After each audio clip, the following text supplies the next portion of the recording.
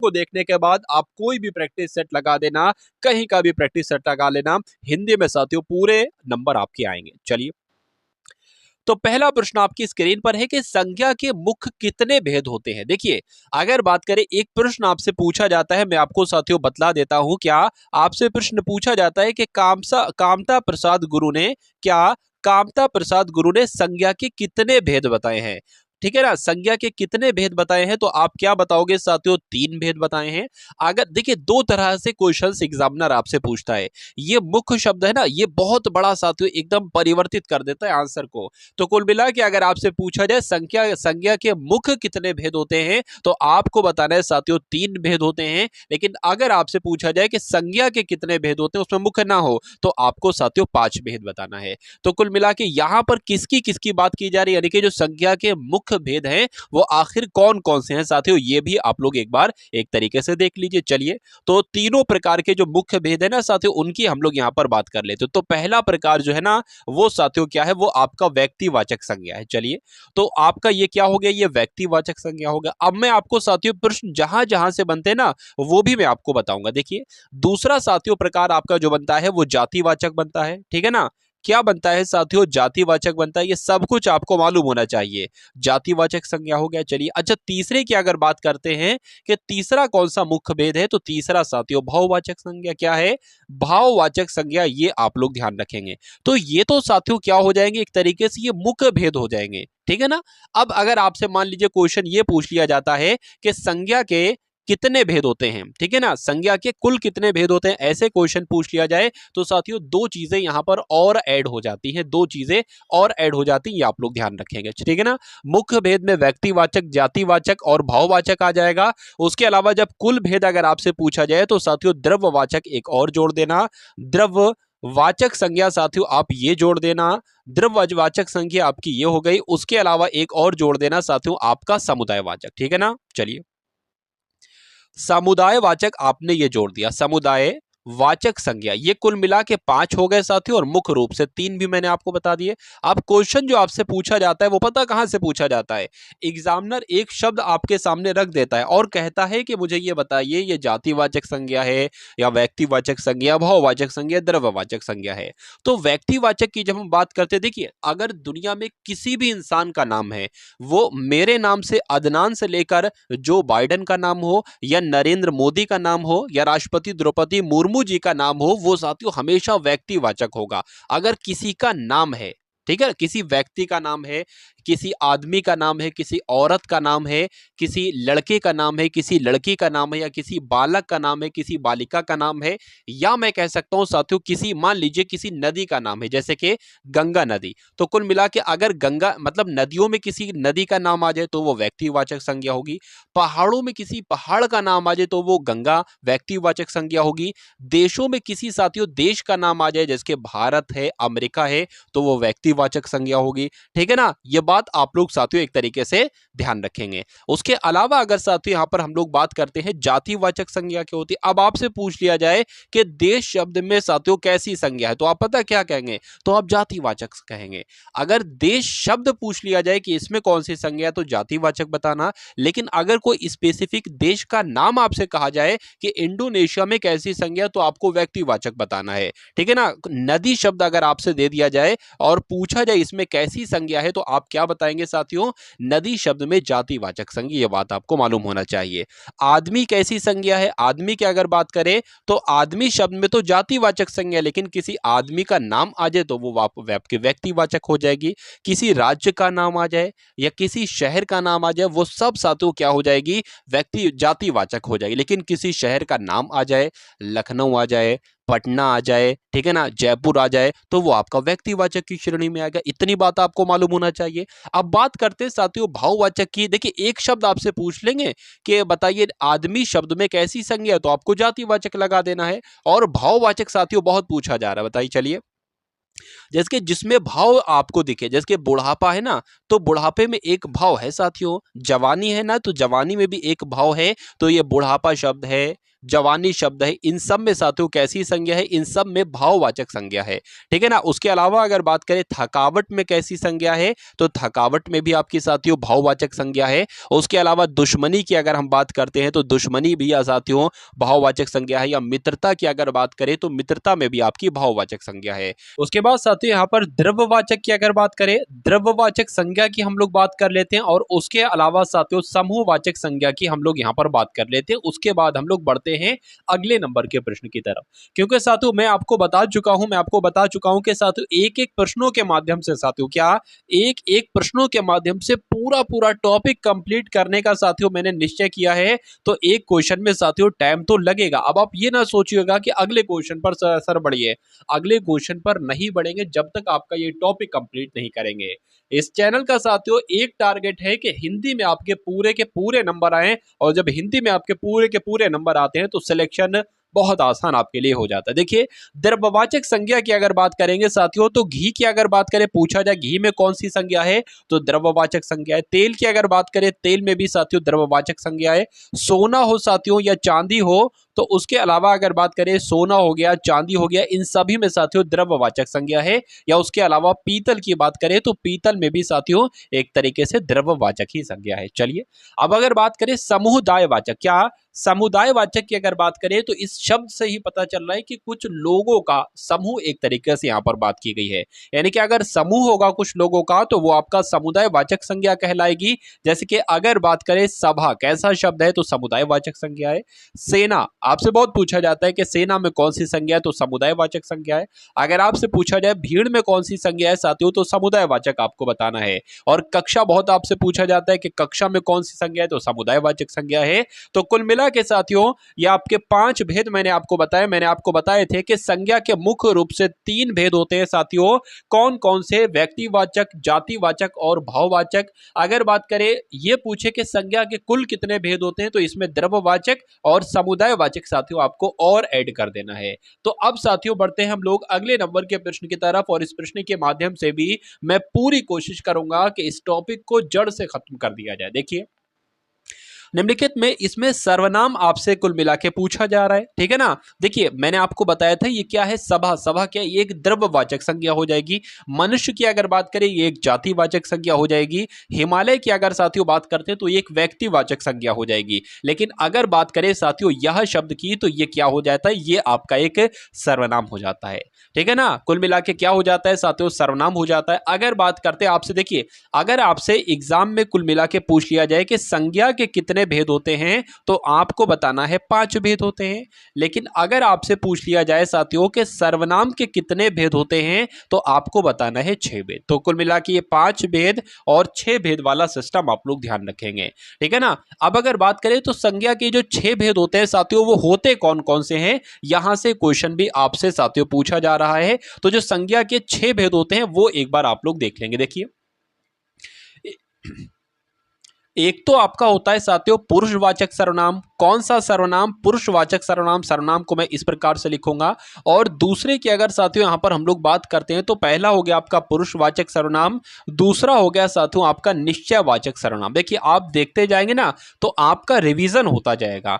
आपने पहले चीजें पढ़ चुकी होंगी, लेकिन रिवीजन अगर आपका हो जाता है तो बहुत अच्छी बात है। उसके बाद तीसरे वाले की जब हम बात करते हैं तो अनिश्चयवाचक सर्वनाम हो जाएगा साथियों, ठीक है ना। अनिश्चयवाचक सर्वनाम हो जाए। कौन कौन से हम लोगों ने देखे? पुरुषवाचक सर्वनाम देखा हम लोगों ने, उसके अलावा निश्चयवाचक सर्वनाम हम लोगों ने देखा, और अनिश्चयवाचक सर्वनाम हम लोगों ने देखा। उसके अलावा साथियों एक होता है आपका प्रश्नवाचक सर्वनाम। प्रश्नवाचक सर्वनाम होता है। क्वेश्चन जहां से साथियों पूछा जाता है अब वो आपको साथियों बताऊंगा। देखिए उसके अलावा अगर बात करें पांचवा आपका संबंधवाचक सर्वनाम हो जाता है। क्या साथियों? संबंधवाचक सर्वनाम हो जाता है, ठीक है ना। उसके अलावा एक और बचा है, उसको भी साथियों देख लीजिए। एक और बचा है उसको भी आप लोग देख लीजिए। एक होता है आपका साथियों निजवाचक सर्वनाम। क्या होता है?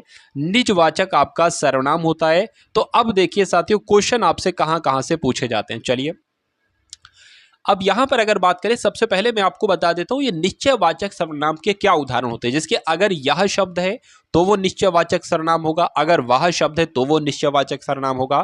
तो अगर ये जो आंसर था ना, ये कैसा सर्वनाम में अगर पूछा जाता तो ये निश्चयवाचक सर्वनाम है।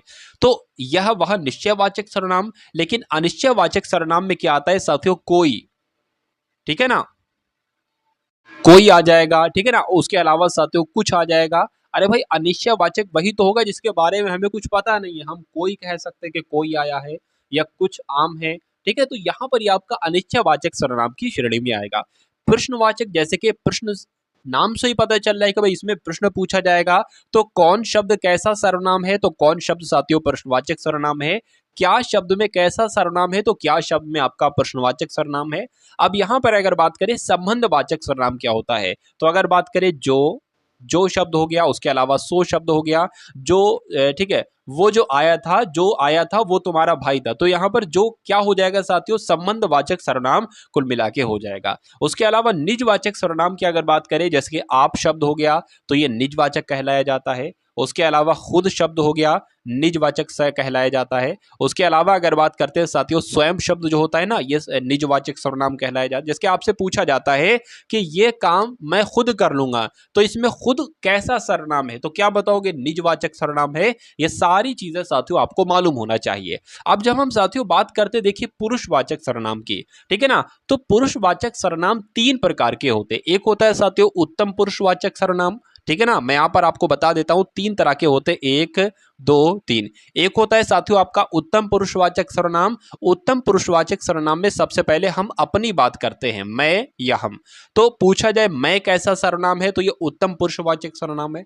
हम कैसा सर्वनाम है, तो ये उत्तम पुरुषवाचक सर्वनाम है। देखिए सबसे पहले हम अपनी बात करेंगे, उसके बाद हम अपने सामने वाले की बात करेंगे, यानी कि तुम कैसा सर्वनाम है, तो ये साथियों मध्यम पुरुषवाचक सर्वनाम है। या तू कैसा सर्वनाम है, ये मध्यम पुरुषवाचक सर्वनाम है, ठीक है ना। या आप अगर बात करें आप कैसा सर्वनाम है, तो आप भी आपका कैसा मध्यम पुरुषवाचक सर्वनाम हो जाएगा। उसके बाद किसी हम अन्य की बात करेंगे, ठीक है ना। अगर बात करें आप जो है ना, आप आपका साथियों ये इसमें नहीं आएगा। आपकी अगर बात करें, मान लीजिए वह की अगर बात करें, तो वह अगर पूछा जाता है तो ये आपका अन्य पुरुषवाचक सर्वनाम की श्रेणी में आ जाएगा। तो ये तो होते हैं पुरुषवाचक सर्वनाम, ठीक है ना। मैंने आपको बताया कि सर्वनाम के कितने भेद होते हैं, 6 भेद होते हैं, 6 के नाम मैंने आपको बताए।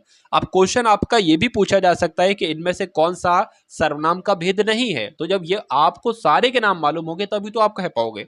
आपको इसमें से कोई भी शब्द दे दिया जाएगा, पूछा जाएगा क्या में कैसा सर्वनाम है, तो आपको बताना है प्रश्नवाचक सर्वनाम है। तो क्वेश्चन साथियों आपका जो बनेगा वो कुल मिला के यहीं से बनेगा, इससे बाहर से आपका क्वेश्चन नहीं बनेगा। अब उसके बाद देखिए एक दूसरे कॉन्सेप्ट पर हम लोग यहां पर बढ़ते हैं और इस पूरे कॉन्सेप्ट को जड़ से उखाड़ देने की पूरी कोशिश करेंगे। देखिए आपसे पूछा जा रहा है कि निम्नलिखित में विशेषण क्या है। देखिए सबसे पहले आपको मालूम होना चाहिए, जैसे कि मान लीजिए मैंने यहां पर कुछ शब्द लिख रहा हूं, एक वाक्य लिख रहा हूं,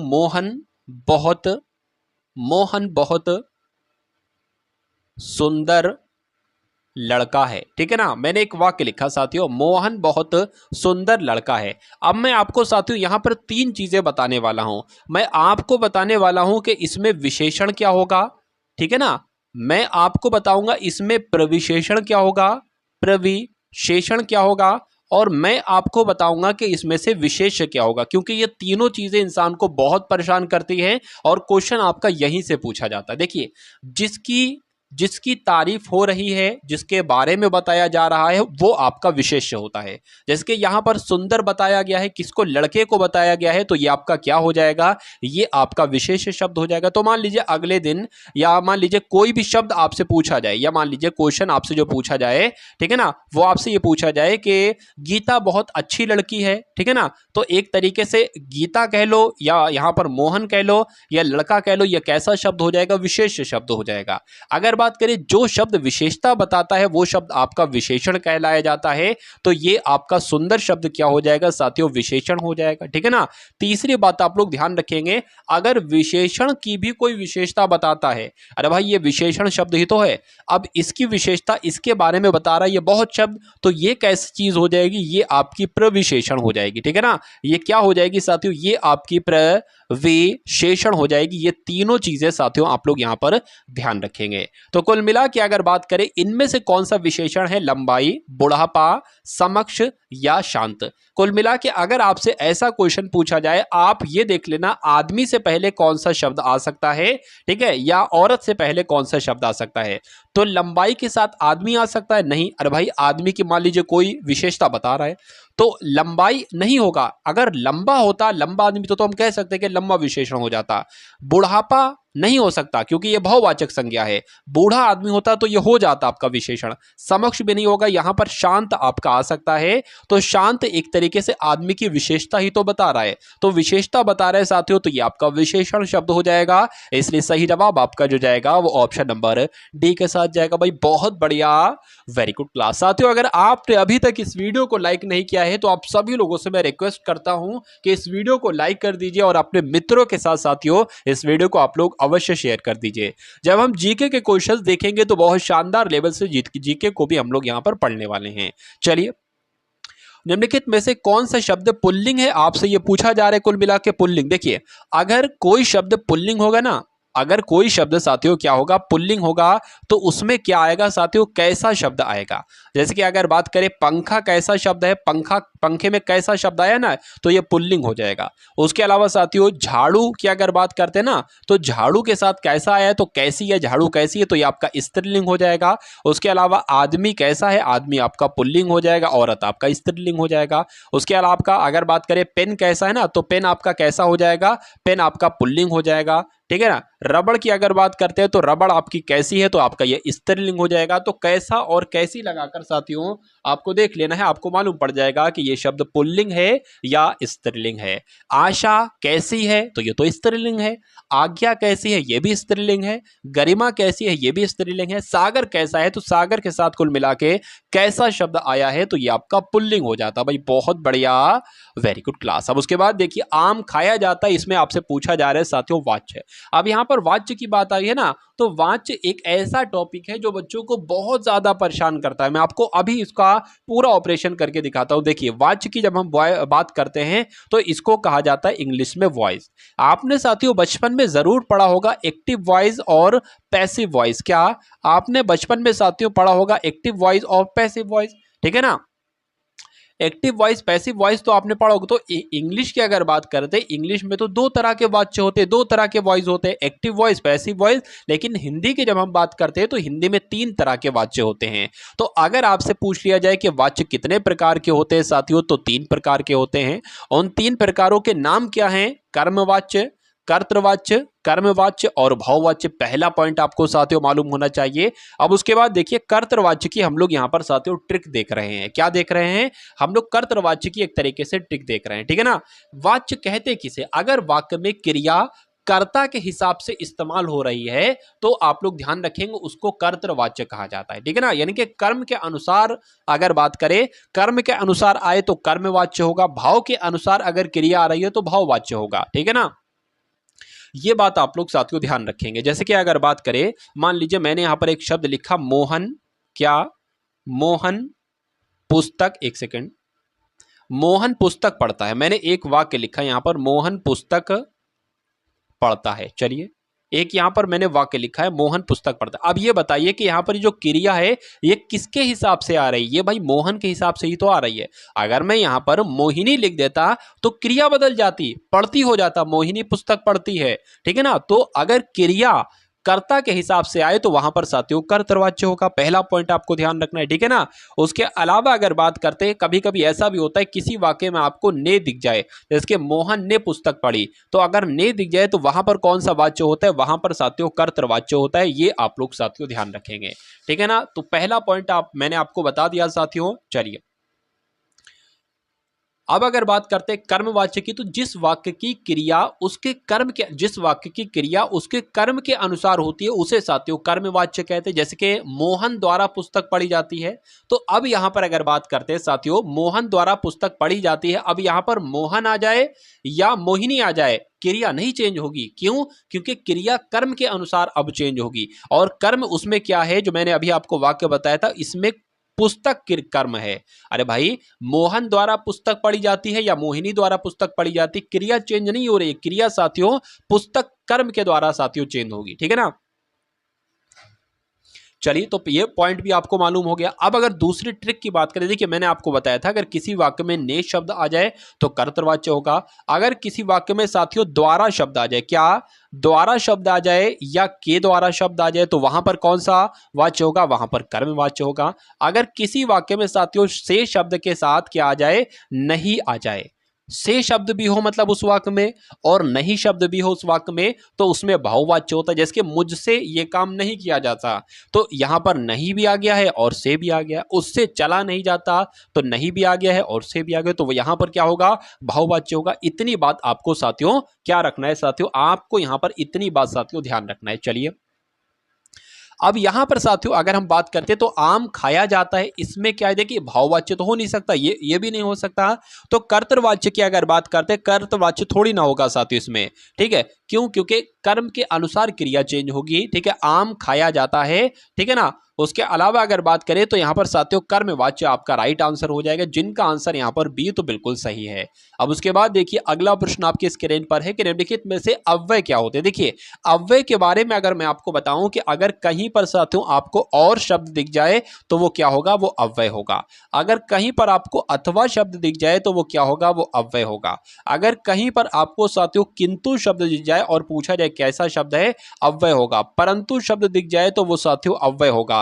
इसलिए शब्द दिख जाए तो वो क्या होगा साथियों, अव्यय होगा, इसलिए शब्द। उसके अलावा और शब्द दिख जाए या तथा शब्द दिख जाए, और शब्द दिख जाए, तथा शब्द दिख जाए या शब्द दिख जाए, तो ये सारे के सारे साथियों अव्यय शब्द होंगे। तो कुल मिला के यहां पर आपका राइट आंसर जो जाएगा वो ऑप्शन नंबर सी के साथ जाएगा, और जिनका आंसर यहां पर सी है तो बिल्कुल करेक्ट भाई, बहुत बढ़िया, वेरी गुड क्लास। हिंदी में अल्प विराम का चिन्ह आपसे कुल मिला के पूछा जा रहा है। देखिए एक चैप्टर है जिसका नाम है विराम चिन्ह, और यहाँ से क्वेश्चंस आपसे पूछे जाते हैं। तो मैं आपको बता देता हूँ यहाँ से जो जो साथियों क्वेश्चंस पूछे जाते हैं उनका मतलब क्या होता है। देखिए विराम की अगर बात करें ना, अगर आपसे कोई पूछा जाए कि विराम का मतलब क्या होता है, तो विराम का मतलब क्या होता है, विराम का मतलब होता है ठहराव, ठीक है ना। अब ठहराव अलग अलग तरीके के होते हैं।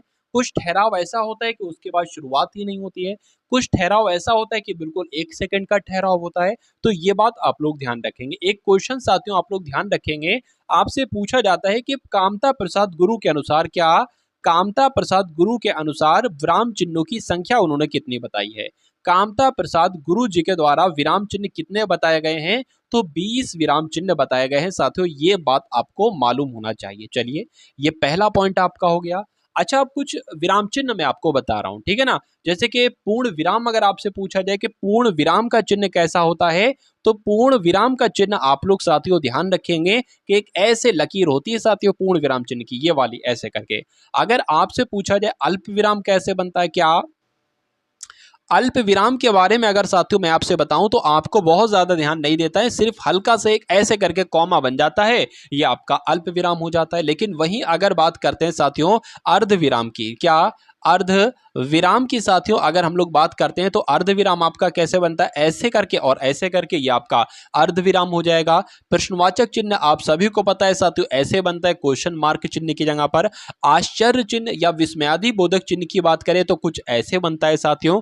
कोष्टक 3 प्रकार के बनते हैं, एक तो ऐसे वाला, एक साथियों ऐसे वाला कोष्टक बनता है, और एक ये कोष्टक बनता है यानी कि ब्रैकेट ऐसे बनते हैं, ठीक है ना। उद्धरण चिन्ह की अगर बात करें साथियों कुछ इस प्रकार से बनता है साथियों उद्धरण चिन्ह, ये भी आप लोग ध्यान रखेंगे। तो इतने आपको साथियों मालूम होना चाहिए। चलिए भाई, बहुत बढ़िया, वेरी गुड क्लास। अब यहां पर अगर बात करते हैं साथियों अल्प विराम की, तो अल्प विराम मैंने आपको कैसे बताया था कि ऐसे बताया था अल्प विराम, यहां पर ये ऐसे बना होना चाहिए। तो कुल मिला के राइट आंसर आपका ऑप्शन नंबर डी हो जाता है। अब उसके बाद देखिए वर्ण का अर्थ नहीं होता है साथियों, बताइए।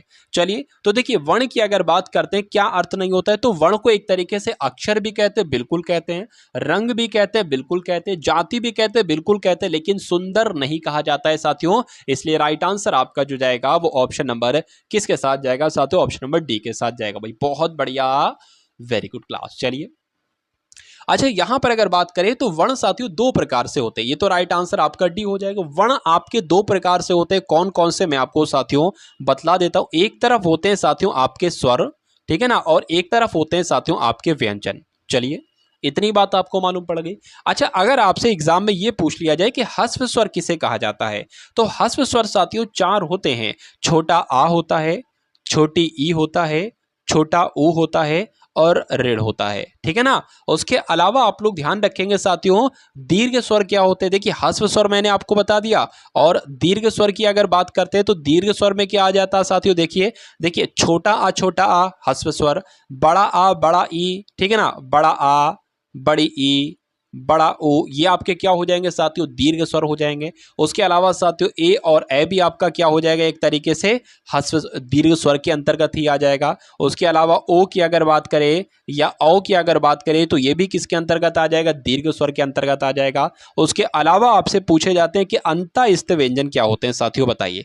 तो अंतःस्थ व्यंजन की अगर हम जब साथियों बात करते हैं तो ये 4 प्रकार के होते हैं। कौन कौन से, या, रा, ला, वाह। साथियों मैंने कहा ना कि सब कुछ आपका रिवीजन करा दूंगा आज की इस वीडियो में। उसके अलावा साथियों अगर बात करें यहाँ पर ऊष्म व्यंजन की, क्या ऊष्म व्यंजन की साथियों जब हम यहाँ पर बात करते हैं तो ऊष्म व्यंजन की साथियों जब हम यहाँ पर अगर बात करते हैं तो उसके अंतर्गत क्या आता है साथियों, शा आता है, शा आता है, सा आता है और साथियों उसके अलावा हा आता है, ठीक है ना। आगत ध्वनियां भी आप लोग मालूम होना चाहिए आपको, ये भी आपके एग्जाम में आता है। तो साथियों ये जा और फा, ये 2 साथियों आपकी आगत ध्वनियां हो जाएंगी। उसके अलावा अगर संयुक्त वर्ण की अगर बात करते हैं साथियों तो आपका ये छा हो जाएगा, त्रा हो जाएगा, और अगर बात करें साथियों श्रा हो जाएगा, ठीक है। और आपका क्या हो जाएगी, छा है एक तरीके से कक्षा वाला छा, उसकी ये श्रा है आपका। उसके अलावा ठीक है ना, उसके अलावा आपका क्या हो जाएगा साथियों, ज्ञा हो जाएगा, ठीक है ना। इतनी बात आपको मालूम होना चाहिए भाई, बहुत बढ़िया, वेरी गुड क्लास। चलिए अब अगर बात करते हैं साथियों अगले नंबर के क्वेश्चन की, देखिए और बताइए सही जवाब आपका क्या है। कि यहां पर एक तो लिखा हुआ है छोटी मात्रा में अली, एक लिखा है बड़ी मात्रा में अली। तो आपसे पूछा जा रहा है कि इस वाले अली का मतलब क्या होगा और इस वाले अली का मतलब क्या होगा, बताइए। देखिए यहां पर अगर बात करते हैं साथियों तो छोटे वाले अली का मतलब तो होता है भौरा, तो भौरा यहां पर है, यहां पर है। और बड़े वाले मतलब अली का मतलब होता है साथियों सखी, लेकिन सखी यहां पर नहीं है। तो कुल मिला के ऑप्शन नंबर बी में है, तो यही आपका बिल्कुल सही जवाब हो जाता भाई, बहुत बढ़िया, वेरी गुड क्लास। देखिए अब अगर यहां पर हम लोग बात करते हैं कि तत्सम शब्द इसमें से कौन सा है, बताइए। गधा है, गाय है, या घड़ा है, या साथियों ग्राहक है, बताइए। चलिए देखिए अगर बात करें साथियों ये घोड़ा हो सकता हो, तो गधा गाय घोड़ा ये तो सब तद्भव शब्द हैं। ग्राहक आपका क्या हो जाएगा साथियों, एक तत्सम शब्द हो जाएगा। राइट आंसर आपका जो जाएगा वो ऑप्शन नंबर डी के साथ जाएगा भाई, बहुत बढ़िया, वेरी गुड क्लास। अब उसके बाद देखिए अगले नंबर का प्रश्न है शब्द साथियों कौन सा है। अब आपको इसमें ये बताना है कि तद्भव शब्द इसमें से कौन सा है। देखिए मैं आपको साथियों एक छोटी सी ट्रिक बता रहा हूं, क्या कि तत्सम शब्द को पहचानने की और उसके अलावा साथियों तद्भव शब्द को पहचानने की एक छोटी सी ट्रिक है। देखिए जो तद्भव शब्द होते हैं ना साथियों, उनको हम अपने रोजमर्रा के जीवन में साथियों, क्या रोजमर्रा के जीवन में साथियों एक तरीके से उनका इस्तेमाल करते हैं, ठीक है ना। लेकिन तत्सम शब्दों की अगर बात करें हम उनको बहुत कम साथियों या ना के बराबर बोल सकते हैं, या मान सकते हैं कि उनको हम बहुत कम इस्तेमाल करते हैं, लेकिन हम अपने रोजमर्रा के जीवन में साथियों तद्भव शब्दों का इस्तेमाल करते हैं। तो अब आप इन चारों शब्दों को पढ़कर आप एक बात ये बताइए कि आप किस शब्द का सबसे ज्यादा इस्तेमाल करते हैं, किस शब्द को बोलते हैं। देखिए एकत्रित बहुत कम बोलते होगे, उच्च बहुत कम बोलते होगे, अमृत बहुत कम बोलते हो साथियों, गांव शब्द आप इस्तेमाल करते होगे। तो कुल मिला के साथियों तद्भव शब्द जो होगा वो आपका गांव हो जाएगा, बाकी सारे शब्द आपके तत्सम हो जाएंगे। चलिए भाई बहुत बढ़िया, वेरी गुड क्लास। अब उसके बाद देखिए अगले नंबर का क्वेश्चन आपकी स्क्रीन पर साथियों जो है वो देखिए और बताइए इस क्वेश्चन का आपका साथियों राइट आंसर क्या हो सकता है। साथियों अगर अभी तक आपने इस वीडियो को लाइक ना किया हो तो तुरंत साथियों इस वीडियो को आप लोग क्या करेंगे, एक बार साथियों लाइक कर देंगे, और अगर हो सके साथियों तो इस वीडियो को आप लोग क्या करेंगे, एक बार साथियों शेयर भी कर देंगे। चलिए अब बढ़ते हैं साथियों हम लोग इस प्रश्न की तरफ और देखते कैसे क्या यहाँ पर साथियों हो सकता है। देखिए निम्नलिखित में से दंत ध्वनि आपसे इसमें पूछी जा रही, दंत ध्वनि इसमें से आपसे पूछी जा रही। देखिए दंत ध्वनि की अगर हम बात करते हैं तो दंत ध्वनि के अंतर्गत कुछ एक तरीके से वर्ण आते हैं। वो कौन कौन से साथियों वर्ण आते हैं एक बार मैं आपको बता देता हूं साथियों। ता था, क्या ता था, उसके अलावा साथियों दा और धा और ना, और अतिरिक्त वर्ण भी आते हैं साथियों। वो कौन कौन से आते हैं, सरल, जैसे कि सा रा ला। तो सा रा ला में से कोई भी अगर वर्ण पूछा जाए कि किसके अंतर्गत है तो ये दंत ध्वनि के अंतर्गत है। तो इसमें से मैंने आपको क्या खा बताया तो नहीं, तो ये साथियों दंत ध्वनि के अंतर्गत नहीं होगा। क्या मैंने आपको चा बताया तो नहीं, मैंने आपको साथियों क्या फा बताया तो नहीं, मैंने आपको ला बताया, मैंने आपको सा रा ला के अंतर्गत ला बताया। बाकी ये सारे वर्ण एक तरीके से दंत ध्वनि के अंतर्गत आएंगे, यानी कि ला वर्ण भी आपका दंत ध्वनि के अंतर्गत आएगा। राइट आंसर आपका ऑप्शन नंबर सी हो जाता है भाई। बहुत बढ़िया, वेरी गुड क्लास। अब उसके बाद देखिए साथियों अगला प्रश्न आपके स्क्रीन पर है कि निम्नलिखित में से कौन सा वर्ण साथियों घोष है, ये आपको बताना है। बताइए। देखिए एक तरीके की अगर बात करें ये घोष क्या होता है, घोष, ठीक है ना, ये घोष क्या होता है। देखिए जिन ध्वनियों के उच्चारण में स्वर तंत्रियों का में कंपन होती है, अरे भाई जिनको बोलने में स्वर तंत्रियों में कंपन होती है तो उनको सघोष कहा जाता है, और जिन ध्वनियों के उच्चारण में स्वर तंत्रियों में कंपन नहीं होती है उनको अघोष कहा जाता है। यानी कि एक ऐसा कौन सा वर्ण है साथियों जिसको बोलने पर स्वर तंत्रियों में कंपन नहीं होगी, यानी कि अघोष। तो कुल मिला के अगर साथियों बात करते किसको किसको बोलने में नहीं होगी, ये आपसे पूछा जा रहा है। चलिए तो देखिए जा को बोलेंगे तो हो रही है, इसको बोलेंगे हो रही है, इसको बोलेंगे तो हो रही है, लेकिन चा को बोलने में नहीं हो रही है, तो ये आपका साथियों अघोष हो जाएगा और यही आपका राइट आंसर हो जाएगा। उसके बाद देखिए कौन सा शब्द आपका स्त्रीलिंग है, बताइए। मैंने आपको बताया था साथियों कैसी शब्द लगाकर देख लो, अगर कैसी लग जाए तो स्त्रीलिंग है, अगर कैसा शब्द साथियों लग जाए तो वो आपका पुल्लिंग हो जाएगा। तो यहां पर अगर साथियों बात करते हैं सौभाग्य कैसा है, पुल्लिंग हो जाएगा। सुंदरता कैसी है, स्त्रीलिंग हो जाएगा। काव्य कैसा है, चंद्र कैसा है। तो स्त्रीलिंग शब्द कौन सा है साथियों, ऑप्शन नंबर बी वाला है। उसके बाद देखिए मैंने यह काम कर लेना चाहिए, इस वाक्य में अशुद्ध अंश साथियों कौन सा है, बताइए। देखिए यहां पर मैंने यह काम नहीं आना चाहिए, यहां पर आना चाहिए था साथियों मुझे, क्या मुझे यह काम कर लेना चाहिए। तो कहां पर साथियों अशुद्ध अंश है, तो ये मैंने वाला शब्द एक तरीके से अशुद्ध अंश है, तो यही आपका राइट आंसर हो जाएगा। और जिनका आंसर यहां पर ए है तो बिल्कुल करेक्ट भाई, बहुत बढ़िया, वेरी गुड क्लास। अब उसके बाद देखिए अगला प्रश्न आपकी स्क्रीन पर है कि जिसे करना बहुत कठिन हो उसके लिए अगर मैं आपसे एक शब्द पूछूं तो आप क्या बताएंगे, बताइए। देखिए जिसे करना कठिन होता है ना उसको दुष्कर कहा जाता है। क्या कहा जाता है साथियों, दुष्कर कहा जाता है। राइट आंसर आपका ए के साथ जाएगा। उसके बाद देखिए अपमान में उपसर्ग क्या होगा। देखिए ऐसे क्वेश्चन बहुत सारे आपसे पूछे जाते हैं कि इसमें उपसर्ग क्या है, या हो सकता है पूछा जाए कि इसमें प्रत्यय क्या है, ठीक है ना। तो पहला तो पॉइंट आपको यह मालूम होना चाहिए कि अगर किसी शब्द का संधि विच्छेद हो सकता है, क्या अगर किसी शब्द का साथियों संधि विच्छेद हो सकता है तो उसमें ही साथियों उपसर्ग निकल पाएगा, उसमें ही साथियों प्रत्यय निकल पाएगा, ठीक है ना। तो अगर मैं साथियों बात करूं इसका संधि विच्छेद क्या होगा, तो इसका संधि विच्छेद कुछ इस प्रकार से हो जाएगा, अप धन मान हो जाएगा। अब उपसर्ग पूछा गया है तो उपसर्ग साथियों पहला पद होता है, ठीक है ना, यानी कि आदि पद होता है उपसर्ग और अंत वाला पद होता है साथियों एक तरीके से प्रत्यय। तो यहां पर आपका उपसर्ग क्या हो जाएगा, अप यहां पर उपसर्ग हो जाएगा और राइट आंसर आपका जो जाएगा वो ऑप्शन नंबर डी के साथ जाएगा भाई, बहुत बढ़िया, वेरी गुड क्लास। अब उसके बाद देखिए अगले नंबर का साथियों क्वेश्चन आपके स्क्रीन पर है, देखिए और बताइए राइट आंसर क्या है। चलिए तो यहां पर देखिए अगर बात करें तो इसमें प्रत्यय क्या है साथियों, बताइए। चलिए देखिए इसमें प्रत्यय की अगर बात करें तो आहट की अगर बात करें इसमें प्रत्यय हो जाएगा। राइट आंसर आपका ऑप्शन नंबर सी हो जाता है। नाक कटना ये एक मुहावरा है और इस मुहावरे का मतलब क्या होता है साथियों, खून बहना, बदनामी होना, नुकसान होना या इज्जत करना। तो मैं कहूंगा साथियों बदनामी करने को ही तो कहा जाता है कि भैया ये आपकी तो बिल्कुल नाक कट के रह गई, यानी कि आपकी तो बिल्कुल बदनामी होकर रहेगी। तो जिनका आंसर यहाँ पर बी है तो बिल्कुल सही है। काला अक्षर भैंस बराबर, ये एक साथियों लोकोक्ति है और इस लोकोक्ति का मतलब क्या होता है, बताइए फटाफट। पढ़ा लिखा ना होना, पढ़ा लिखा होना, विद्वान होना या मूर्ख होना। तो मैं कहूंगा साथियों काला अक्षर भैंस बराबर यानी कि पढ़ा लिखा ना होना। उसके बाद देखिए अगला प्रश्न है साथियों जटिल का विलोम आपसे पूछा जा रहा है, बताइए। तो जटिल का विलोम का मतलब क्या होता है साथियों, जटिल का विलोम आपसे यहां पर पूछा जा रहा है। तो जटिल मतलब होता है कठिन और जटिल का विलोम हो जाएगा कुल मिला के सरल। इसलिए सही जवाब जिनका भी यहां पर ऑप्शन नंबर सी था तो बिल्कुल सही था भाई, बहुत बढ़िया, वेरी गुड क्लास। चलिए अब उसके बाद देखिए साथियों नेक्स्ट नंबर का क्वेश्चन आपकी स्क्रीन पर है, देखिए साथियों और बताइए राइट आंसर यहां पर आपका क्या हो सकता है। जल का पर्यायवाची इसमें से कौन सा नहीं है साथियों, बताइए। तो जल की अगर बात करते हैं साथियों देखिए जल को नीर भी कहते हैं, जल को साथियों अम्बू भी कहते हैं, जल को समीर भी, जल को साथियों सलिल भी कहते हैं, लेकिन समीर नहीं कहते हैं, ठीक है ना। तो कुल मिला के ये आपका राइट आंसर हो जाएगा। अब देखिए आपसे साथियों चांद के बहुत पर्यायवाची पूछे जाते हैं, किसके, चंद्रमा कह लो या चांद कह लो, बात एक ही है। तो अगर चंद्रमा का आपसे पर्यायवाची पूछा जाए तो आप लोग ध्यान रखेंगे सोम जो होता है ना, सोम ये आपका चांद का पर्यायवाची होता है। उसके अलावा सोम हो जाए साथियों या सुधांशु हो जाए, एक ही बात है, यानी कि सोम और सुधांशु ये चांद के ही पर्यायवाची होते हैं।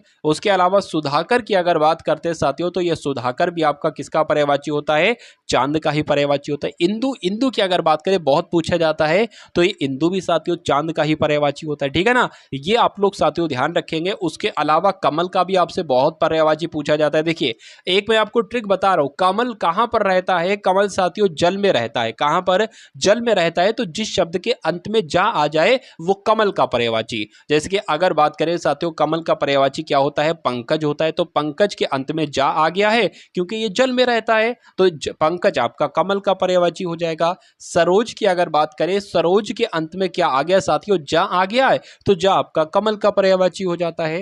नीरज की अगर बात करते हैं, नीरज के अंत में साथियों जा आ गया है तो ये कमल का पर्यायवाची हो जाता है साथियों। उसके अलावा अगर बात करें जलज की, तो जलज में भी साथियों अंत में क्या आ गया है, जा आ गया है, तो ये कमल का पर्यायवाची हो जाएगा। उसके अलावा कज, कज के भी अंत में जा आ गया है, कमल का पर्यायवाची हो जाएगा। उसके अलावा अगर बात करते हैं साथियों अंबुज की, तो अंबुज में भी जा है तो ये कमल का पर्यायवाची है। वारिज की अगर बात करें तो वारिज में भी अंत में जा है तो ये कमल का पर्यायवाची है। इतनी जानकारी आपको साथियों मालूम होना चाहिए भाई, बहुत बढ़िया, वेरी गुड क्लास। अब कपड़े का और एक देख लीजिए साथियों कि कपड़े को क्या कहा जाता है, कपड़े को वस्त्र कहा जाता है, आप सभी लोग जानते हैं।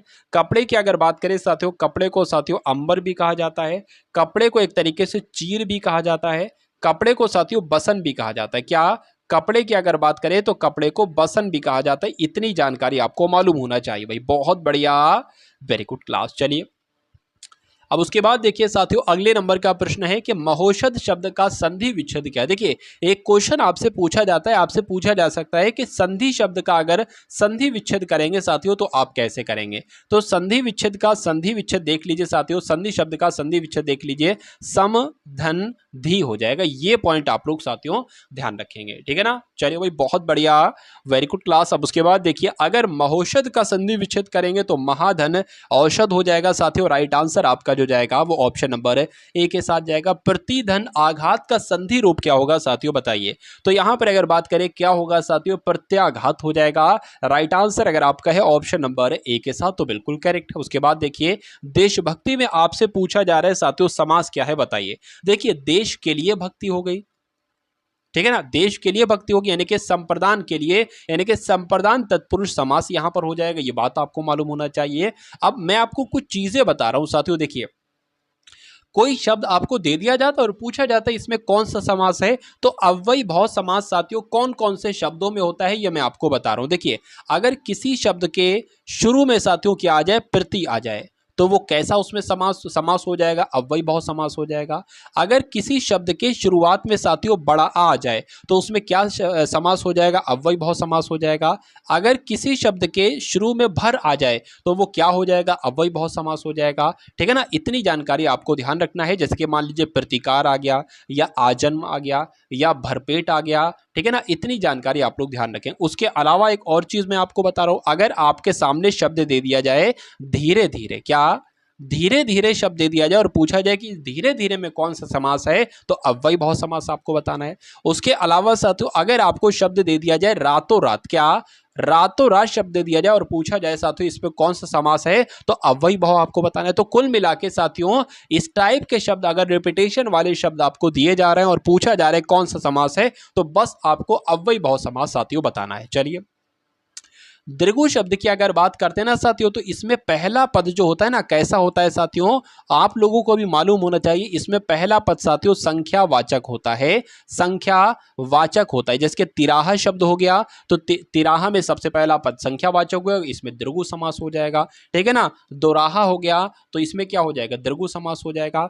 अच्छा अब द्वंद्व समास की बात करते तो पहली शर्त तो इसमें यह है कि दो शब्दों के बीच में योजक चिन्ह होगा और वो दो शब्द आपस में एक तरीके से विलोम होंगे। क्या होंगे साथियों, विलोम होंगे। जैसे कि अगर मैं बात करूं आज और योजक चिन्ह और कल, पूछा जाएगा इसमें कौन सा समास है, तो साथियों द्वंद्व समास है। बीच में योजक चिन्ह आ गया और एक तरीके से ये क्या हो गए, विलोम शब्द हो गए, ठीक है ना। दिन और रात, क्या दिन रात। अच्छा, कभी कभी योजक चिन्ह की जगह पता और शब्द भी आ जाता है, दिन रात आ जाए तो ये विलोम शब्द एक तरीके से हो जाए और बीच में योजक चिन्ह हो जाए, और अगर योजक योजक चिन्ह की जगह पर और आ जाए ना तो उसमें भी आपका साथियों द्वंद्व समास ही होगा। तो कुल मिला के जितना मैंने आपको बताया है इतना आपको साथियों मालूम होना चाहिए। तैयारी आपकी बहुत शानदार साथियों मैं करवा दूंगा, ये समझ लीजिए कि रैंकर्स की श्रेणी में आप बहुत आराम से आ जाओगे और इस टाइप से हिंदी पढ़ोगे। चलिए साथियों, चैनल को आप लोग सब्सक्राइब कर लीजिए, बेल आइकन पर क्लिक कर लीजिए। देखिए साहित्य में रस का क्या अर्थ है बताइए। तो साहित्य की मिठास, किसी रस का आनंद, किसी फल का स्वाद या साहित्य से मिलने वाली आनंदभूति। तो कुल मिला के मैं कह सकता हूं साहित्य से मिलने वाली आनंदभूति, साहित्य में रस का मतलब होता है। राइट आंसर आपका जाएगा डी के साथ भाई, बहुत बढ़िया, वेरी गुड क्लास। चलिए, दोहा छंद में कितने चरण होते हैं आपसे पूछा जा रहा है। देखिए कितने चरण होते हैं तो मैं कहूंगा साथियों ये आपका एक हो गया, ये आपका साथियों दूसरा चरण हो गया, ये आपका तीसरा चरण हो गया और ये आपका चौथा चरण हो गया। तो 4 चरण ही तो होते हैं। तो दोहे में कितने चरण होते हैं साथियों? 4 चरण होते हैं।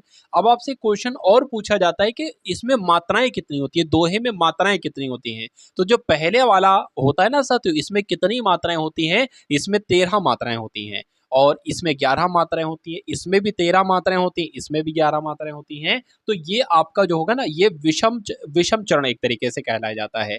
यानी कि पहला और तीसरा चरण जो होता है विषम चरण और दूसरा और चौथा जो चरण होता है साथियों वो सम चरण कहलाया जाता है। ये बात आप लोग ध्यान रखेंगे। अच्छा, अब एक प्रश्न आपसे पूछा जाता है कि छंद का सबसे पहले प्रयोग जो किया गया था साथियों वो कहां पर किया गया था? तो सबसे पहले प्रयोग जो किया गया था साथियों वो ऋग्वेद में किया गया था। कहां पर किया गया था? ऋग्वेद में किया गया था, ये आप लोग ध्यान रखेंगे। उसके अलावा एक क्वेश्चन साथियों और आपसे पूछा जाता है, आपसे पूछा जाता है साथियों कि दोहे का उल्टा क्या होता है। तो दोहे के अगर बात करते हैं साथियों, दोहे का उल्टा क्या होता है? तो दोहे का उल्टा सोरठा होता है। ये क्वेश्चन बहुत आपसे साथियों एग्जाम में आपके पूछा जाता है। उसके अलावा पूछा जाता है साथियों कि चौपाई में कितनी मात्राएं होती है। चौपाई छंद होता है ना, इसमें कितनी मात्राएं होती हैं? तो 16 मात्राएं होती है, ये भी आप लोग ध्यान रखेंगे। इतनी जानकारी साथियों आपको मालूम होना चाहिए भाई, बहुत बढ़िया, वेरी गुड क्लास। अब उसके बाद देखिए अगले नंबर का क्वेश्चन आपकी स्क्रीन पर है, बताइए। चलिए यहां पर अगर बात करें भाषा में शब्द और अर्थ की दृष्टि से सौंदर्य उत्पन्न करते हैं, तो क्या साथियों सौंदर्य उत्पन्न करते हैं? देखिए और बताइए, राइट आंसर आपका यहां पर क्या हो सकता है? तो साथियों अलंकार जो होते हैं ये भाषा में शब्द और अर्थ की दृष्टि से सौंदर्य उत्पन्न करते हैं। आंसर आपका जाएगा ऑप्शन नंबर बी के साथ भाई, बहुत बढ़िया, वेरी गुड क्लास। पहला यहां पर पॉइंट आपका जो बनता है वो यही आपसे पूछा जाता है कि अलंकार कितने प्रकार के होते हैं। तो 3 प्रकार के अलंकार होते हैं। कौन कौन से अलंकार होते हैं मैं आपको बता देता हूं साथियों। एक तो आपका होता है शब्द अलंकार, क्या? एक आपका होता है शब्द अलंकार। दूसरा आपका होता है साथियों अर्थ अलंकार, क्या? दूसरा होता है आपका अर्थ अलंकार। और तीसरा आपका जो होता है इसको साथियों आधुनिक अलंकार भी कहते हैं, या उसके अलावा अगर बात करें तो पाश्चात्य अलंकार भी कहते हैं। क्या? पाश्चात्य अलंकार भी कहते हैं। ये पॉइंट आप लोग ध्यान रखेंगे। कभी कभी इसको साथियों उभयलिंगी अलंकार भी कह दिया जाता है, ठीक है ना। तो कुल मिला के अगर बात करें, एक और चीज मैं आपको बतला देता हूं, आपसे क्वेश्चन पूछा जाता है और जैसे मान लीजिए 4 ऑप्शन आपको दिए जाते हैं, ऐसे करके 4 ऑप्शन दिए जाते हैं, पूछा जाता है कि इसमें से कौन सा शब्द अलंकार है। तो शब्द अलंकार कम है, उनके नाम आप लोग ध्यान रख लीजिए, वो आप लोग अच्छे तरीके से बताइए। यानी कि अब मैं आपको जो बताने वाला हूं वो सिर्फ और शब्द अलंकार मैं आपको बताने वाला हूं, क्योंकि फिर तो साथियों एलिमिनेट तो कर ही लोगे ना।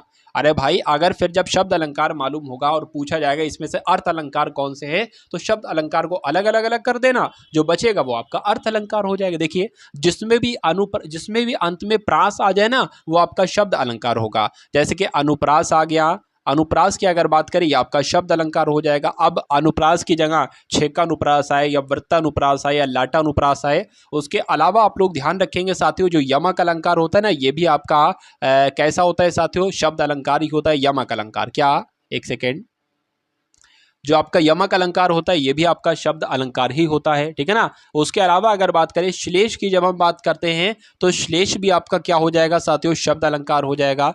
चौथे की अगर बात करें साथियों वक्रोक्ति अलंकार, ये भी आपको ध्यान रखना है साथियों। वक्रोक्ति अलंकार की अगर बात करें तो ये भी आपका शब्द अलंकार हो जाता है। उसके अलावा अगर बात करते हैं साथियों वीप्सा अलंकार की, ये आप लोग ध्यान रखेंगे वीप्सा अलंकार।